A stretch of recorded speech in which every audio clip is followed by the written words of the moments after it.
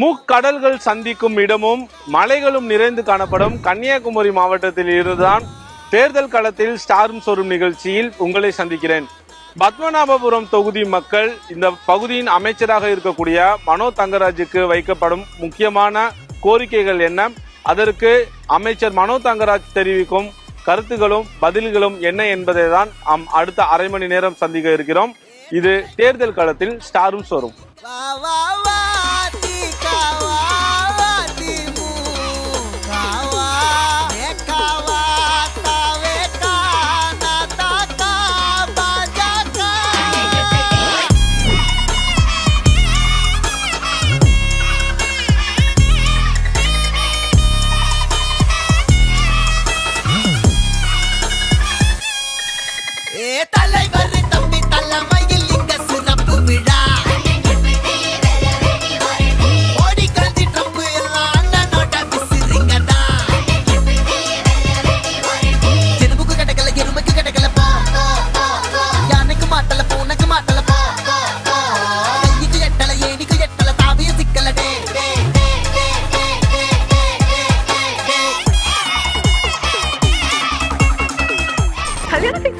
Tamil மேட்ரிமோனிக்கு thanks சொல்லணும்.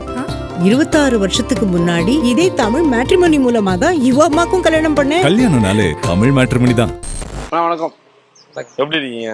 நல்லா இருக்கு.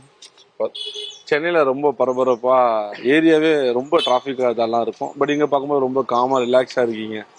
இந்த ஊர்ல இருந்து அந்த ஊரை வந்து ஸ்டே பண்றீங்க, எப்படி ஃபீல் பண்றீங்க? இல்லை, நீங்கள் இயல்பை பார்த்தீங்கன்னா அந்த வில்லேஜ் லைஃப் வந்து ரொம்ப அற்புதமான வாழ்க்கை. ஒரு மெயின் விஷயம் நான் பார்க்குறது வந்து நம்ம அந்த சுத்தமான காற்று தான். நான் இந்த வீட்டில் வந்து நான் இந்த கிழமை தங்கிட்டு இருக்கோம். இங்கே வந்து நாங்கள் ஏசி எதுவுமே கிடையாது இந்த கேம்பஸில். நம்ம வந்து இங்கே ஜன்னல்லாம் திறந்து போட்டுட்டு நம்ம அமைதியாக தூங்கினோன்னா நீங்கள் சென்னையில் நம்ம தூங்கிட்டு எழும்புறதை விட ரொம்ப ஃப்ரெஷ்ஷாக. தேர்தல் அனௌன்ஸ் பண்ணியாச்சு, டேட் சொல்லியாச்சு, ரொம்ப பரபரப்பாக பிஸியாகவே இருக்கீங்க. அந்த 21ல் ஒரு கேம்பெயின் போயிருக்கீங்க, இப்போ 26 கேம்பெயின் ஸ்டார்ட் பண்ண போறீங்க. இந்த 5 வருஷம் என்னெல்லாம் நடந்துச்சு, மைண்ட்ல என்னெல்லாம் ஓடுது? தம்பி, என்னை பொறுத்தவரை ஒரு முழுமையான திருப்தி தான். ஏன்னா திருப்தின்னு சொல்லலைன்னா, நீங்கள் வந்து சாதாரணமாக வந்து லாஸ்ட் 5 இயர்ஸ் பார்த்தீங்கன்னா ஒரு திருப்தி கூட. நான் அசம்பிளியில் கூட இந்த ட்ரிப்பு அமைச்சர் நல்ல பேசியிருந்தேன். அப்போ வந்து நாங்கள் வந்து பெரிய போராட்டங்கள், முன்னெடுப்புகள், ஒவ்வொரு சின்ன சின்ன விஷயங்களும் பண்ணோம். 30 வழக்கு போன 5 ஆண்டுகளில் எங்கள் பல்ல போட்டாங்க. ஏன்னா ஒவ்வொரு பிரச்சனைக்கும் நாங்கள் போராட்டம் அப்படி தான் போக வேண்டியதே தவிர எங்களால் தீர்வுகள் கொண்டு வர முடியாது. ஆனால் இந்த 5 வருஷம் பார்த்தீங்கன்னா நம்ம நிறைய தீர்வுகளை ஏற்படுத்தியிருக்கோம். இந்த ஏரியாவுக்கு வரும்போது ரொம்ப ஃபேமஸான ஒரு டூரிசம்ல ஒரு இன்டர்நேஷனல் லெவலுக்கு பேசப்படக்கூடிய ஊர். பட் இங்கே சாலை வசதின்னு பார்க்கும்போது ரொம்ப குறுகிய இடமா, ஒவ்வொரு வண்டிக்கு பின்னாடி மெதுவாக ஸ்லோ அப்படி போகக்கூடிய ஒரு சுச்சுவேஷனாக தான் இருக்கு.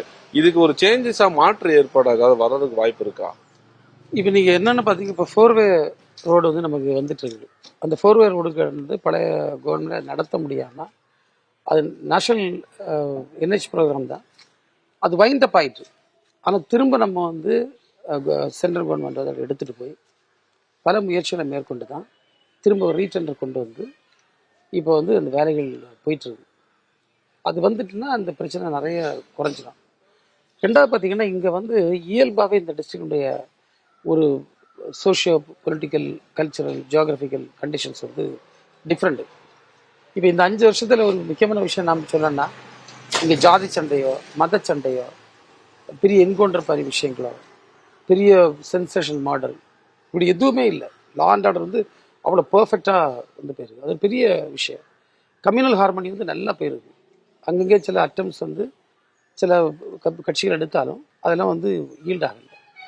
இந்த ரோட்ஸ் வந்து நாங்கள் இதுக்கு யூஸ்டு. நீங்கள் பார்த்தீங்கன்னா இங்கே வந்து வளைஞ்சு இருக்கும், தேரின்னு சொல்லுவோம், ஏற்ற இறக்கமாக இருக்கும். இது வந்து இங்குள்ள இந்த மண்ணினுடைய வாக்கையே தான். இதுதான் இங்குள்ள லேண்ட்ஸ்கேப். அதில் வந்து அது பழகினது தான். ரோடு எக்ஸ்பான்ஷன் வந்து ரொம்ப பெருசாக பண்ண முடியாது, ஏன்னா நமக்கு இடம் ஷார்ட்டேஜ். இப்போ கன்னியாகுமரி மாவட்டம் அப்படின்னாலே கடற்கரையும் விவசாயம் மற்றும் ரப்பர் தொழில், இது 3 தான் அதிகமாகவே இருக்கு. இந்த 3 விவசாயிகள், இந்த 3 தொழிலை சார்ந்தவர்களுக்கு நீங்க வந்ததுக்கு அப்புறம் நான் இதெல்லாம் செஞ்சு கொடுத்தது அங்க ஒரு சாட்டிஸ்ஃபேக்ஷனா இருக்கு அப்படின்னா என்னெல்லாம் இருக்கு? நீங்க இப்போ முதல்ல நம்ம கடல்ல இருந்து ஆரம்பிச்சோம்னா, இப்போ கடற்கரையில் பார்த்தீங்கன்னா 2 விஷயத்தை சொல்லலாம். ஒன்று அவங்களுடைய கட்டமைப்பு. இப்போ 940 கோடி ரூபா இந்த மாண்பு முதல்வர் தலைமையில் அரசு வந்து கொடுத்துருக்கு. 940 கோடி ரூபா 5 வருஷம் என்பது ஒரு மிகப்பெரிய தொகை. அதில் இன்னைக்கு ஒரு பெரிய விஷயம் பார்த்தீங்கன்னா, அந்த நம்முடைய தேங்காய்பட்டினம் துறைமுகம். இந்த துறைமுகம் வந்து கலைஞர் காலத்தில் அடிக்கல் நாட்டப்பட்டது. பிறகு ஸ்லோவாக தான் அந்த வேலைகள் நடந்தது. ஏடிஎம்கே பீரியடில் முடிஞ்சுது, 19 முடிஞ்சுது. ஆனால் முடிஞ்ச பார்த்தீங்கன்னா அதில் ஏதோ ஒரு டெக்னிக்கல் ட்ராபேக் இருக்குன்னு சொல்லப்பட்டது. 28 பேர் அந்த களிமுகம்னு சொல்லுவோம், அந்த கடலில் கலக்கூடிய இடத்துல வந்து ஆக்சிடென்ட்ஸில் இறந்து போகிறாங்க மீனவர்கள். ஒவ்வொரு காலகட்டத்தில் 1, 2 அப்படி இறந்து போகிறாங்க. நாங்கள் பொறுப்படுத்த உடனே நம்ம ஒரு 253 கோடி ரூபா போட்டு 22 வந்து அந்த பிறகு ஒரு டெத்து கூட நடக்கல. இன்றைக்கி அது பர்ஃபெக்டாக ஒரு ஹார்பராக டெவலப் ஆகிருக்கு. இப்படி நிறைய பண்ணியிருக்கு, நம்ம உள்ள போக வேண்டாம். அடுத்த ஆஸ்பெக்ட் பார்த்தீங்கன்னா பட்டா. இப்போ சுனாமி காலனின்றது, சிங்காரவேல குடியிருப்புன்றது, இதுகளுக்கெல்லாம் பட்டா இல்லாமல் இருந்து நீண்ட நாளைய பிரச்சனை. அந்த பட்டா பிரச்சனை நம்ம சால்வ் பண்ணியிருக்கோம். அடுத்தது ஆஸ் யூஷுவல் ஸ்டேட் வீடு இருக்கக்கூடிய பல ஸ்கீம்ஸ் இம்ப்ளிமெண்ட் பண்ணியிருக்கோம். இப்போ கரை பகுதிகளை பார்த்தீங்கன்னா இப்போ இங்கே வந்து நம்ம பல கட்டமைப்புகள், மருத்துவ கட்டமைப்புகள், சாலைகள், அதே போன்று பல்வேறு பள்ளிக்கூடங்களுக்கான கட்டமைப்புகள், இதெல்லாம் ரொம்ப அழகாக நம்ம பண்ணியிருக்கோம். பல 100 கோடி நம்ம வந்து ஸ்பெண்ட் பண்ணியிருக்கோம். இது வந்து ஒரு சாதாரண விஷயம் இல்லை, ரொம்ப பெரிய இதில் ஸ்பெண்ட் பண்ணியிருக்கோம். மலைவாழ் மக்கள் எடுத்துக்கிட்டோன்னா அவங்க நீண்ட நாள் கோரிக்கை, அவங்க குடியிருந்த வீடுகளில் குடியிருப்பு பட்டா இல்லை. அவங்க வந்து அவங்களுடைய விவசாய நிலத்திற்கு பட்டா கேட்டாங்க. ஆனால் அதில் வந்து அதை டிமார்கேஷன் பண்ணதில் கொஞ்சம் சேலஞ்சஸ் இருக்கிறதுனால முதல்ல குடியிருப்பு பட்டா பிரச்சனையை தீர்த்துருவோம்னு சொல்லி 45-50 வருஷம் பிரச்சனை. அத்தனை மக்களுக்கு வந்து ஒரு 10 சென்ட் நிலம் வந்து குடியிருப்பு பட்டா கொடுத்துட்டோம். குடியிருப்பு பட்டா கொடுத்த மட்டும் இல்லை, குடியிருப்பு பட்டா வாங்கின மக்களில் நிறைய மக்களுக்கு பார்த்திங்கன்னா இந்த கலைஞர் கனவு இல்லை, அதுலேயும் ஸ்டேட்டில் கொடுக்கறத கூடுதல் 1 லட்சம் நம்முடைய மாவட்ட ஆட்சித்தலைவர் இருக்க முயற்சினாலையும் அந்த சிஎஸ்ஆர் ஃபண்டு வாங்கி நாங்கள் வந்து நினச்சிருக்கோம், அதையும் சேர்த்து அவங்களுக்கு கொடுத்துருக்கோம். ஸோ மலைவாழ் மக்களுக்கும் அப்படி விஷயங்கள் பண்ணியிருக்கோம். அவங்களுக்கு ரேஷன்ஸ் நாங்கள் வந்து மொபைல் ரேஷன்ஸ் ஏற்பாடு பண்ணியிருக்கோம். பல விஷயங்கள் எது எது கேட்காங்களோ அதெல்லாம் பண்ணி கொடுத்துருக்கோம். இந்த மாவட்டத்தில் மொத்தம் 6 சட்டமன்ற தொகுதி இருக்கு. இதுல 1 தான் திமுக இருக்கு. பட் இந்த 26 தேர்தலில் திமுக எத்தனை தொகுதிகளுக்கு வாய்ப்பு இருக்கின்றது? இந்த வருடம் இந்த தேர்தல் உங்களுக்கான களம் எப்படி இருக்கு? இந்த முறை நிச்சயமாக கூட்டணியோடு சேர்ந்து போட்டியிடுகின்ற அத்தனை சீட்டும் இங்கே 6 திமுக வெற்றி பெறுவதற்கான முழுமையான வாய்ப்பு இருக்கிறது. தொடர்ந்து நம்ம மாநில அரசியல் பேசுறோம், உள்ளூர் அரசியல் பேசுறோம். இன்னும் இந்த ஊர் சார்ந்த உணவும் இந்த கன்னியாகுமரி மாவட்டத்துக்கான ஒரு அந்த பேச்சு மொழி இருக்கும், இதெல்லாம் பத்தி உங்கள்ட்ட கேட்டு தெரிஞ்சுக்கொண்டு இருக்கேன். சாப்பிட்டுட்டு ஏதாவது பேசலாமா? ஓகே. திரும்புற இடம் ஃபுல்லா லாரி, இரவு நேரத்துல லாரினா மைனிங் கடத்திட்டு போறாங்க. கன்னியாகுமரி அப்படின்னாலே மேற்கு தொடர்ச்சி மலையை பாதியே காணோம். இந்த ஒரு விஷயத்தான் திரும்ப திரும்ப எல்லாரும் சொல்லிட்டே இருக்கிறாங்க. பட் இதுக்கான கேள்விக்கு பதில் உங்கள்கிட்டயே கேட்கலான்னு தான் இருக்கேன். என்னதான் நடக்குது உண்மையில இந்த 5 வருஷத்துல மைனிங்க்கும் உங்களுக்கும் என்ன தொடர்புலாம் இருக்கு? தம்பி, இப்போ நீங்கள் பார்த்தீங்கன்னா இது ஒரு பெரிய மஃபியா. இந்த மைனிங் மஃபியா தான் வந்து சேர்ந்து இப்போ என்ன செய்யுன்னா, இந்த மஃபியா கும்பல் தான் அந்த பழியை எங்கே மேலே திசை திருப்பி விடுது. அதுக்கு ஒரு உதாரணம் சொல்ல, இப்போ நான் வந்து மைனிங் ஆதரிக்கணும்னு வச்சுக்கோங்களேன். அப்போ என்னுடைய பீரியடில் குவாரியினுடைய எண்ணிக்கை கூடியிருக்கணும். இப்போ நான் பொறுப்பெடுக்க சமயத்தில் 43 குவாரி இருந்தது. இப்போ எப்படி வந்து 5 குவாரியாக மாறி இருக்கு. 43 5 குறைப்பனா இல்லை, நான் வந்து மைனிங் பண்ண ஆசை வந்தால் 43 53 63 ஆக்கும். இவ்வளவு 38 க்ளோஸ் பண்ணி 5 தான் செயல்பாட்டில் இருக்குது. இது அவங்க பேசவே இல்லை. ஒன்று. ரெண்டாவது, மேற்கு தொடர்ச்சி மலையிலேருந்து 10 கிலோமீட்டர் வான்வெளி இடைவெளியில் எக்கோ சென்சிட்டிவ் ஜோன் இருக்குது. அதை வந்து இந்த பிஜேபி கவர்மெண்ட்டில் ஏடிஎம்கே ரெக்கமெண்ட் பண்ணி லாஸ்ட் கவர்மெண்ட்டில் வந்து 0 to 3 ஆகுறாங்க. பல இடங்களில் 0, ஒரு சில இடங்களில் 3.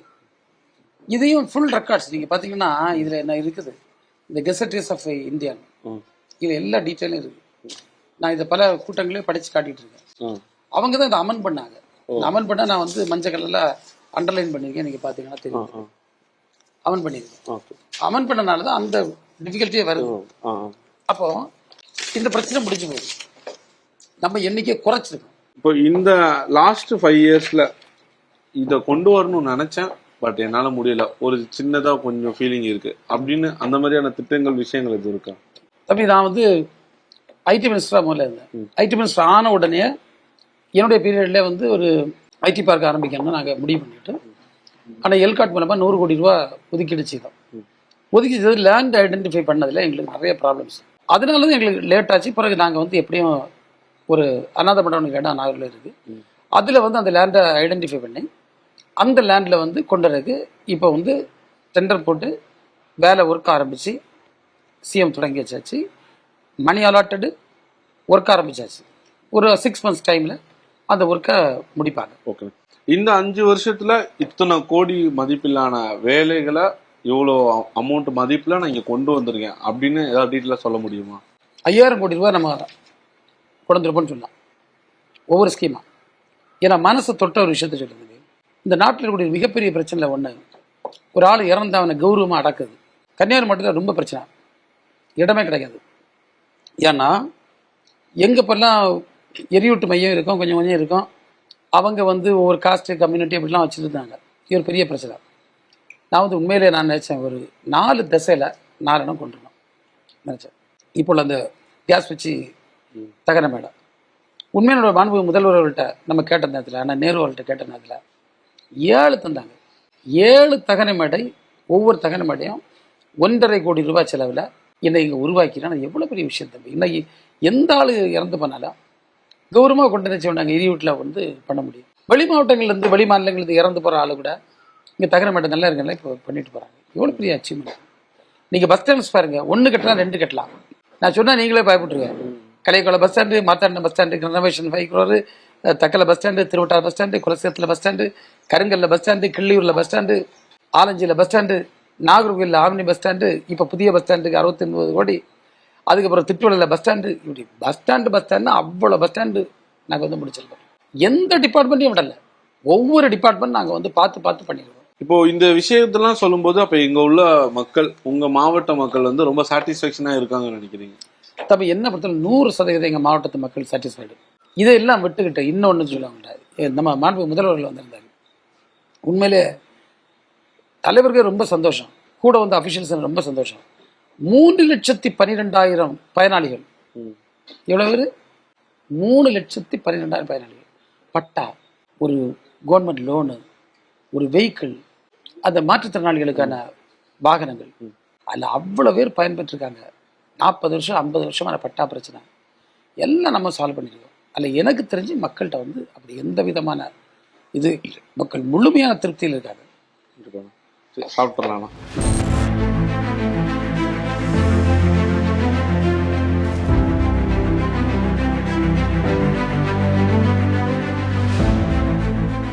இந்த முறை எனக்கு ஒரு வாய்ப்பு கொடுங்க, நான் கண்டிப்பா இது செஞ்சே ஆவேன். மக்களை சந்திக்கும் போது நீங்க சொல்லுவீங்களா எதுக்காக மக்கள் அகைன் உங்களுக்கு ஒரு வாய்ப்பு கொடுக்கணும்னு நினைக்கிறீங்க? தமிழ் நான் வந்து என்னுடைய கனவுன்னு சொல்லியிருக்கேன், ட்ரீம். இப்போ அந்த ட்ரீமுக்கு வந்து நாங்கள் வந்து டிக்கு ஒரு அர்த்தம் கொடுக்கும். டிக்கு அப்ரிவேஷன் என்ன? Diversified sustainable tourism. அதாவது இங்கே நிறைய டூரிசம் பொட்டன்ஷியல் இருக்கு. இது டைவர்சிஃபைடு என்ன பண்ணா பல்வேறு விதமான ஃபார்ம் டூரிசம் கொண்டு வரலாம், எக்கோ டூரிசம் கொண்டு வரலாம், சி வச்சு கோஸ்டல் டூரிசம் கொண்டு வரலாம், ஹில் டூரிசம் கொண்டு வரலாம். இதுக்கெல்லாம் ஆப்ஷன்ஸ் இருக்கு. இதெல்லாம் மீன் பண்ணி தான் நாங்கள் வந்து டைவர்சிஃபைடு சஸ்டைனபிள் டூரிசம்னு ஒன்று கொண்டு வரோம். நீங்கள் வந்து ரெசிலியன்ட் கோஸ்டல் எக்கானமி, இந்த கோஸ்டல் வெல்த் வந்து பயங்கரமா இருக்கு. இப்போ இந்த கவர்மெண்ட்லயே நம்ம நிறைய பண்ணியிருக்கோம். ஏன்னா தேங்காய்பட்டினம் துறைமுக மேம்பாடு, குளச்சல் துறைமுகத்துக்கு எக்ஸ்பான்ஷனுக்கு ரூபா, அதுக்கு பிறகு இப்போ வாணியகுடியில் புதிய துறைமுகத்துக்கு 150 கோடி ரூபாய் நிதி ஒதுக்கீடு. ஸோ இதை அப்படி கண்டினியூ பண்ணி நம்ம கொண்டு போனோம்னா இந்த கோஸ்டல் பொட்டன்ஷியல் நம்ம எடுக்கலாம். அதுதான் ரெசிலியன்ட் கோஸ்டல் எக்கானமின்னு சொல்லுவோம். ஃபார் வந்து நம்முடைய எக்கனாமிக்கலி வயபிள் அக்ரிகல்ச்சர், பொருளாதாரத்தில் வந்து கட்டுப்படியாகக்கூடிய அக்ரிகல்ச்சர். இப்போ நீங்கள் முன்னால் வந்து பார்த்தீங்கன்னா கேஷ் கிராப்ஸ் ஒரு விதமாக இருந்து, அப்புறம் அந்த பேட்டர்ன் மாறிச்சு. அரிசியிலேருந்து ரப்பருக்கு போச்சு, அரிசியிலேருந்து வாழைக்கு போச்சு, அப்படி போச்சுது. இதே மாதிரி இன்னைக்கு இருக்கக்கூடிய காலகட்டத்துக்கு இன்னும் ப்ராஃபிட்டபிள் அக்ரிகல்ச்சர் என்ன பண்ணலாம்னு எக்ஸ்ப்ளோர் பண்ணி அதில் நம்ம கட்டமைக்கலாம்ல ஒரு இதான் அந்த விஷயம். இனி ஏஃபார் வந்து இந்த ஆர்கிடெக்டிங் இன்ஃப்ராஸ்ட்ரக்சர்ஸ், இப்போ ஃபார் எக்ஸாம்பிள் பார்த்தீங்கன்னா இந்த குளோபல் ஸ்டாண்டர்ட்ஸோட இன்ஃப்ராஸ்ட்ரக்சர்ஸ் கிரியேட் பண்ணது. அதில் தான் முதல்ல வந்து நியோ டைடல் நாங்கள் இப்போ இந்த வருஷம் கொண்டு வந்திருக்கோம். இது ஃபேஸ் 1 தான். அதுக்கு அடுத்த கட்டமாக அதை எஸ்டாப்ளிஷ் பண்ணிட்டு இப்போ research and development for invention, innovation, இதுக்கெல்லாம் நம்ம கொண்டு வரக்கூடிய ஸ்கோப் இருக்கு. ஏன்னா இங்கே நிறைய படித்த பிள்ளைகள் இருக்குது, அதுக்கு பொட்டன்ஷியல்ஸை யூஸ் பண்ண மாதிரி ஒன்று பண்ணிட்டு இருக்கோம். நாங்கள் எம் சொல்லுறது வந்து மெட்டா மாடர்ன் ஹியூமன் ரிசோர்ஸ். இந்த மெட்டா மாடர்ன் ஹியூமன் ரிசோர்ஸ்னா இன்னைக்கு இருக்கக்கூடிய தேவைக்கு நீங்கள் பார்த்தீங்கன்னா நம்ம ஒரு பக்கத்தில் பார்த்தீங்கன்னா நிறைய படித்த பிள்ளை இருக்கும், ஒரு இடத்துல பார்த்தீங்கன்னா வேலைக்கு ஆள் கிடைக்காம ஓடிட்டு இருப்பான். இப்போ ஃபார் எக்ஸாம்பிள் இன்னும் AI, data analytics, robotics expert பிள்ளைகளுக்கு நிறைய ஆப்பர்ச்சுனிட்டி இருக்கு. அந்த talent may not be here, இருக்காது. இதுதான் நாங்கள் சொல்லுவோம். அந்த கேப்பை கண்டுபிடிச்சு அந்த வளர்ந்து வருட காலகட்டத்துக்கு ஏற்றபடி நம்ம ட்ரெடிஷ்னலை தாண்டி போய் இன்னைக்குள்ள மாடர்ன் இதுக்கு ஏற்றபடி உள்ள அந்த அவங்களுக்கு திறன் வளர்ப்பது. இதை அது சேர்த்தா நான் ட்ரீம்னு சொல்லி மை ட்ரீம், எங்களுடைய கனவு. என்னுடைய மாணவ முதல்ல தமிழ்நாட்டு மக்களுடைய கனவாக கேட்டிருக்காரு, என்னுடைய கனவாக இதை நான் வச்சுனேன். அதுதான் நம்ம கிட்ட சொல்லிட்டு இருக்கேன். நான் இப்போ ஒரு சில விஷயங்கள் சொல்றேன், நீங்க வந்ததுக்கு அப்புறம் செஞ்சுட்டும் செய்ய போறோம். இதை மட்டும் சொல்லிடலாம். கன்னியாகுமரி மாவட்டத்தில் ஐடி பார்க் கொண்டு வந்துட்டோம், வேலை நடந்துட்டு இருக்கு, சீக்கிரமா முடிச்சு நிறைவேற்றிடுவோம். ரப்பர் பூங்கா நான் வந்து என்னோட ரப்பர் பூங்கா கொண்டு நான் சொல்லலை. ஏன் சொல்ல தம்பி, ஒரு கர்நாடக ரப்பர் தொழிற்சாலை கொண்டு வரணும்னு முன்னால டிஎம்கே கவர்மெண்ட்ல ஒரு அரசாணை பிறப்பிச்சு அதற்கான ஒரு டெக்னிக்கல் ஃபீசிபிலிட்டி ஸ்டடி வந்து பண்ணாங்க. அந்த டெக்னிக்கல் ஃபீசிபிலிட்டி ஸ்டடி தெளிவா என்ன சொல்லுதுன்னா, டெக்னிக்கலி அது இங்க ஃபீசிபிள். அதுக்கு ஏன் சொல்லலாம்னா, இங்க விளையக்கூடிய ரப்பர் வந்து ஒரு அளவுக்கு வருது. இந்த ரப்பர் வந்து இந்த கர்நாடக ரப்பருக்குள்ள ரப்பர் அல்ல. இப்போ டயர் உண்டாக்கணும்னு வச்சுருங்களா, அது வந்து நிறைய வந்து அந்த இது தேவைப்படும், சிந்தட்டிக் ஃபைபர். கொஞ்சம் தான் ரப்பர் தேவைப்படும். இப்போ நீங்கள் சிந்தட்டிக் ஃபைபர் அதனுடைய அதர் காம்பனன்ட்ஸ் எல்லாமே வெளியே இருந்து கொண்டு வரணும். ஃபார் எக்ஸாம்பிள் பாம்பே மாதிரி இல்லைனா பெரிய பெரிய சிட்டிஸ் வந்து கொண்டு வரணும். இதை இப்போ தயாரிக்கப்பட்ட பொருளையும் திரும்ப இந்த ஒன் கார்னர்லேருந்து அதர் எண்ட்ஸுக்கு கொண்டு போகணும். ஸோ இப்போ நிறைய ஆஸ்பெக்ட்ஸை ஸ்டடி பண்ணி இது வந்து இங்கே ஃபீஸிபிள் இல்லைன்னு ரிப்போர்ட் கொடுத்துருக்காங்க. ஆனால் இன்னைக்கு பலர் தெரியாமல் பேசிகிட்டு இருக்காங்க. ஒரு எக்ஸாம்பிளுக்கு கேஎல்ஆர்டெக்ஸ் கம்பெனி, அதே மாதிரி இந்த ரப்பர் தடியிலேருந்து அதை பாகம் பண்ணி அனுப்பக்கூடிய கம்பெனி, இதெல்லாம் இங்கே ஏற்கனவே இருக்குது. நிறைய ப்ரைவேட் ரப்பர் பண்ணிட்டு இருக்காங்க. அது வந்து உலக அளவில் எக்ஸ்போர்ட் ஆகிருக்கு. கேஎல்ஆர்டெக்ஸ்லேருந்து நிறைய ரப்பர் ப்ராடக்ட்ஸ் வந்து உலக அளவில் போயிட்டு இருக்கு. அவங்க தான் நிறைய பால் இங்கே விளையதை வாங்கி அதை பண்ணிட்டு இருக்காங்க. அதே போல் நீங்கள் பார்த்தீங்கன்னா, யார் ரப்பர் இண்டஸ்ட்ரி பேஸ்ட் பண்ணாலும் கவர்மெண்ட் டிஐசி மூலமாக 35% சப்சிடி இருக்கு. பெண்கள்னா 50% சப்சிடியாக இருக்கு. ஸோ இப்பவுமே அதுக்கான ரப்பருக்கான ஸ்கீம்ஸ் இருக்கு. இங்கே ப்ரொடியூஸ் ஆகக்கூடிய ரப்பருக்கு அந்த ரப்பரை வேல்யூ ஆடட் ப்ராடக்ட் ஆக்கக்கூடிய கம்பெனிஸும் ஏற்கனவே இருக்கு. அதற்கான எல்லா உதவியும் அரசாங்கத்தில் இப்பவுமே இருக்கு, தாராளமாக பண்ணலாம். சிப்காட் கொண்டு வந்தாச்சா? நீங்க பாத்தீங்கன்னா சிப்காட் தான் இப்போ அவர் அனௌன்ஸ் பண்ணியிருக்காரு, நம்முடைய கான்ட்ரபிள் இண்டஸ்ட்ரி மினிஸ்டர். அந்த எகைன் வந்து நீங்க பாத்தீங்கன்னா தம்பி, ஒரு சின்ன உதாரணம் சொல்ல, இப்போ நம்ம தூத்துக்குடியில கார் ஃபேக்டரி வந்து உடனே இங்க கொஞ்சம் பேர் சோசியல் மீடியா புலிகள் கொஞ்சம் இருக்கான். ஏன் இந்த கார் கம்பெனி கன்னியாகுமரி கொண்டுடலாம். அது வந்து 400 ஏக்கர் லேண்டு.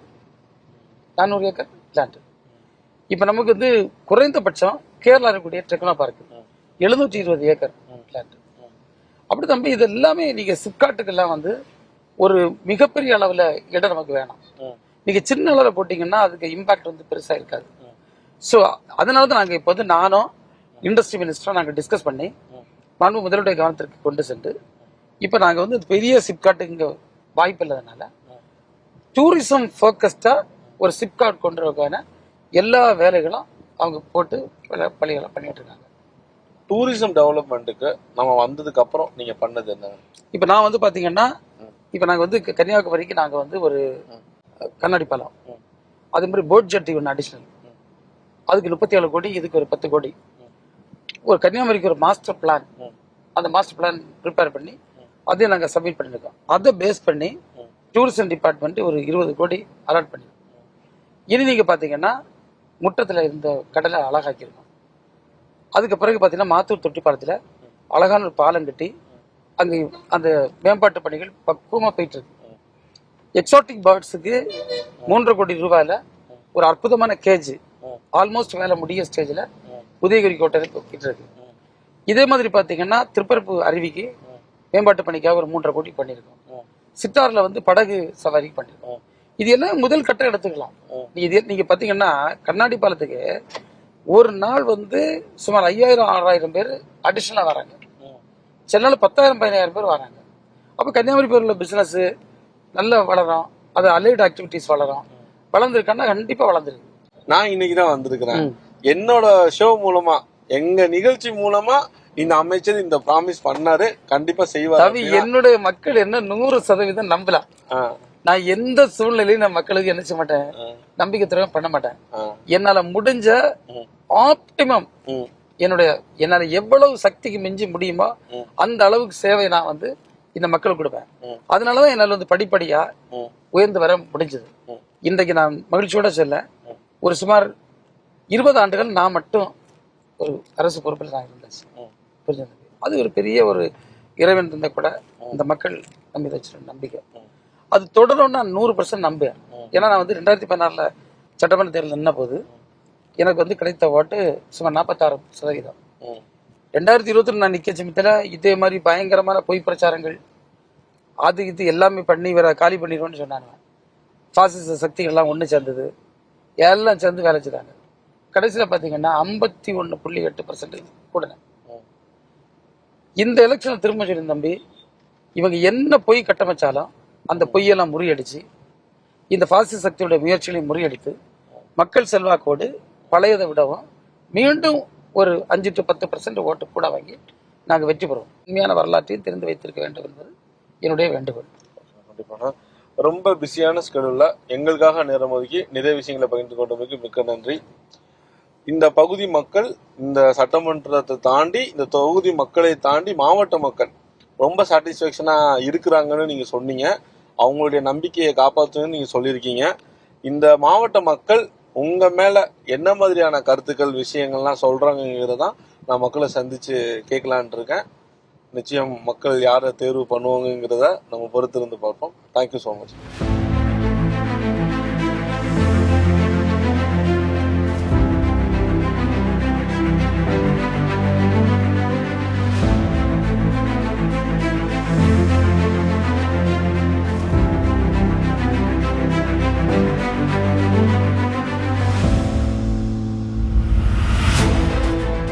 அமைச்சர் மனோ தங்கராஜ் கூட தான் நம்ம இவ்வளவு நேரம் டிராவல் பண்ணிட்டு இருந்தோம். அவர் கூட பேசும்பொழுது இந்த தொகுதி மக்கள் மட்டுமல்லாம இந்த மாவட்ட மக்கள் எல்லாருமே ஒரு ஃபுல் சாட்டிஸ்ஃபேக்ஷனா தான் இருக்கிறதா அமைச்சர் சொல்றாரு.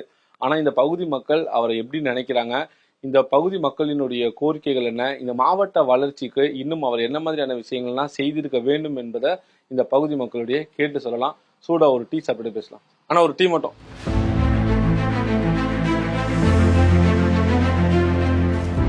நமக்கு இந்த ஊரை பொறுத்த வரைக்கும் ஆஸ்பத்திரி கொஞ்சம் டெவலப் ஆகணும்.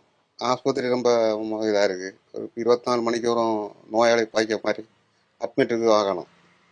அதுதான் எங்கள் ஹஸ்பண்ட். இந்த ரோட்டுக்கு 2 பஸ்ஸும் தேவை, அவ்வளோதான். நல்ல டீசைன் பண்ணிட்டேன்.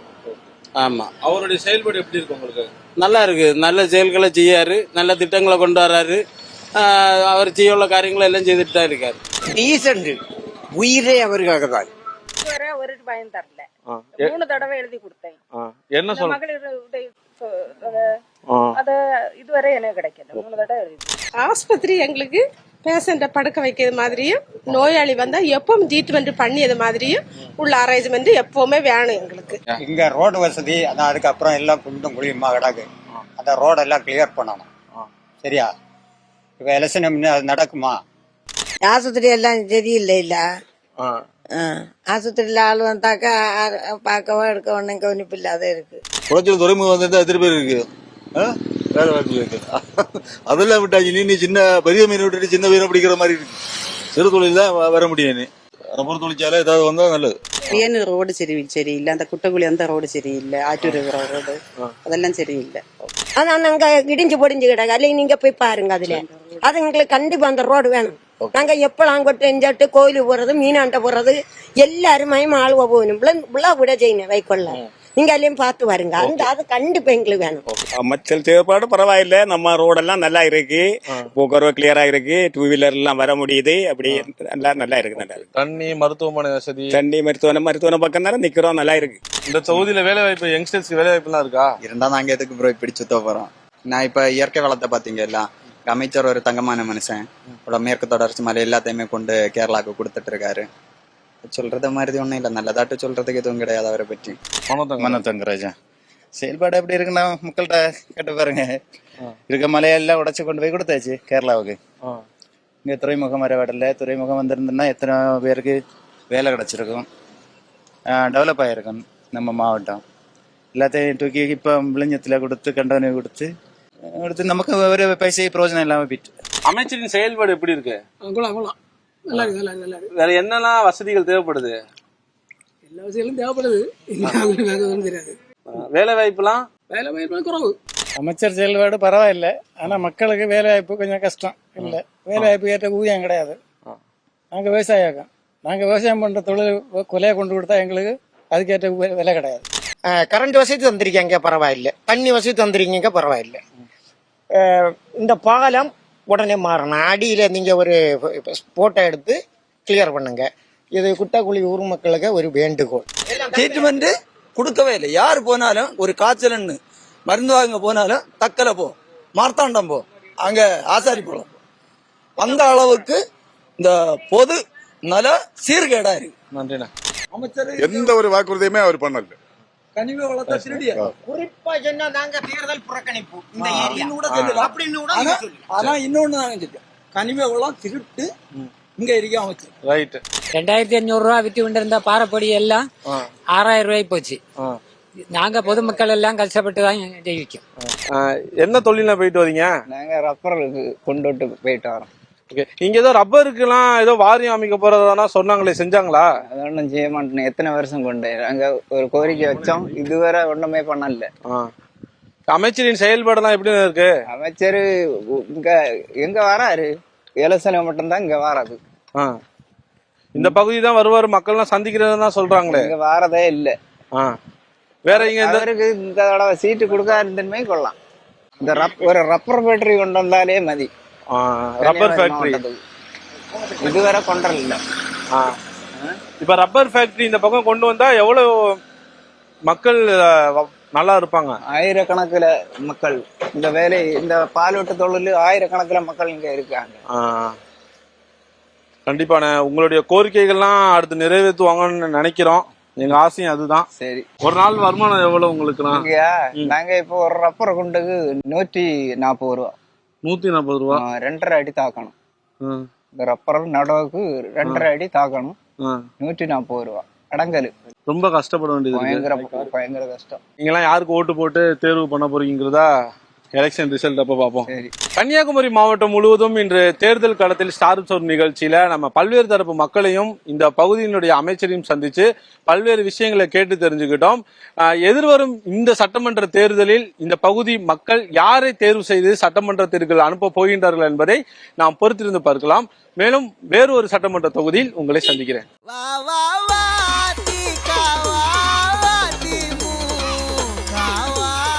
கல்யாணம் ஃபிக்ஸ் ஆயிடுச்சா? தமிழ் மேட்ரிமோனிக்கு தேங்க்ஸ் சொல்லணும். 26 வருஷத்துக்கு முன்னாடி இதே தமிழ் மேட்ரிமோனி மூலமா தான் இவ அம்மாக்கும் கல்யாணம் பண்ணேன். கல்யாணம்னாலே தமிழ் மேட்ரிமோனி தான்.